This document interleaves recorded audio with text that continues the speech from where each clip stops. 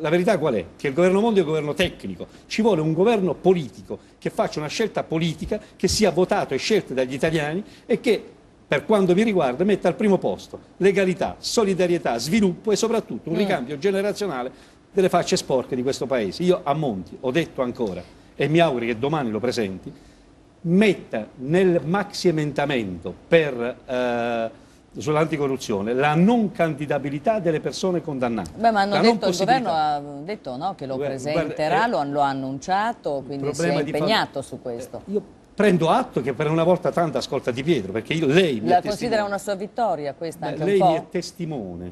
Lei mi è testimone, perché io qua sono tutte le volte a dire che la prima cosa che bisogna fare, non bisogna dare la possibilità agli imprenditori che non rispettano le regole nei bandi di gara, che non pagano le tasse, che fanno falsificazione dei bilanci, di non partecipare alle gare pubbliche. Ho detto che non bisogna dare la possibilità a coloro che si macchiano di reati, soprattutto i reati gravi, di non partecipare né alle elezioni né di poter assumere incarico di governo locale o centrale. Proprio qui, stavo dall'altra parte. Sì, mi ricordo. Quindi, che lo fa Monti? Io ho paura che glielo voto solo io, questo è il problema. Perché lei deve sapere che in Parlamento 100 di parlamentari, cioè la più alta percentuale, 1/10 dei parlamentari ha problemi con di la giustizia. Sì. Cioè se lei va a vedere nel quartiere più malfamato di periferia, con la legge sulla il 10% incandidabilità 26 tra senatori e deputati comunque sarebbero fuori dal Parlamento perché hanno una sentenza definitiva. Senta Di Pietro, ma più l'ascoltiamo parlare, più ci sembra che diciamo un'alleanza con il PD di Bersani sia difficile, no? Ed invece io lo rilancio sul programma, vede, provi a riflettere. Perché siete un po' come dei separati adesso, no? Provi a riflettere, provi a riflettere.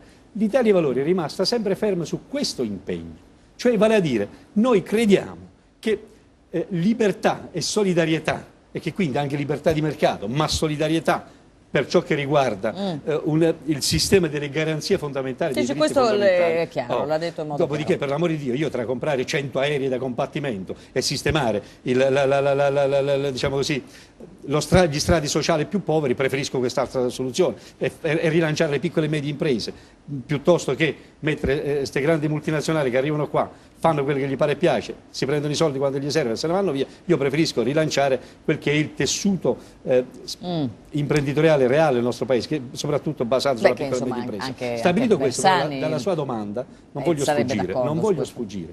Io ritengo che non noi, ma il Partito Democratico deve risolvere al proprio interno e con i propri alleati qual è il programma che vuole portare avanti. Le faccio un esempio.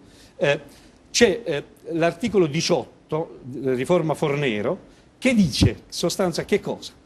Nel caso in cui un lavoratore viene licenziato illegittimamente e tale illegittimità è sancito dal giudice, quindi non è un licenziamento normale, cioè per motivi economici, perché ha chiuso la ditta, è perché è illegittimo. L'esempio più classico, il datore di lavoro assume la segretaria, questa si vuole limitare a fare solo la segretaria e cambia segretaria. Questo è illegittimo, e capisce anche questo a me.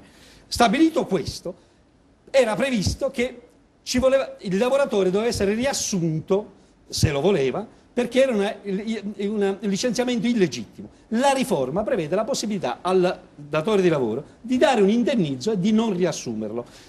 Su questo tema il Partito Democratico metà la pensa come noi e come noi stiamo dal 13 ottobre raccogliamo le firme per un referendum per abrogarla questa norma. Metà la pensa invece come Monti, come il centrodestra, come Casini, che dice che rilancia il Monti bis e quindi dice la prima cosa che dobbiamo fare è esaltare la riforma Fornero, perché ci vuole la libertà di mercato. La libertà di mercato va bene, ma nel rispetto delle regole del gioco. Professor Sapesa, lei si è fatta un'idea su questa cosa dell'articolo 18 io, che siccome non voglio sfuggire alla sua domanda, lo ribadisco a lei, che parlo non a suocera, a sorella per far capire a nuora. Parlo a sorella per far capire a nuora. Io rilancio una coalizione di programma progressista e riformista, dove libertà e solidarietà si mettono insieme e dove io mi auguro che anche il PD possa ritornare sui suoi passi e con noi costruirla, questo programma, per andare dai cittadini. Perché l'idea di riconsegnare questo Paese a Berlusconi mi fa tremare. Ma lei pensa che si ricandiderà a proposito? Perché... Ma guardi, il problema non è Berlusconi, sono i 1000 Berlusconi che nel frattempo sono nati. Ma lei pensa che Berlusconi si ricandiderà? Guarda, a me se si ricandida credo che i cittadini la prima volta, anche questo è il concetto di mia sorella, la prima volta puoi fregare tutti quanti, la seconda volta ne puoi fregare alcuni, ma la terza volta non si fanno mica più fregare. Sarebbe la quarta o quinta, no? Vabbè.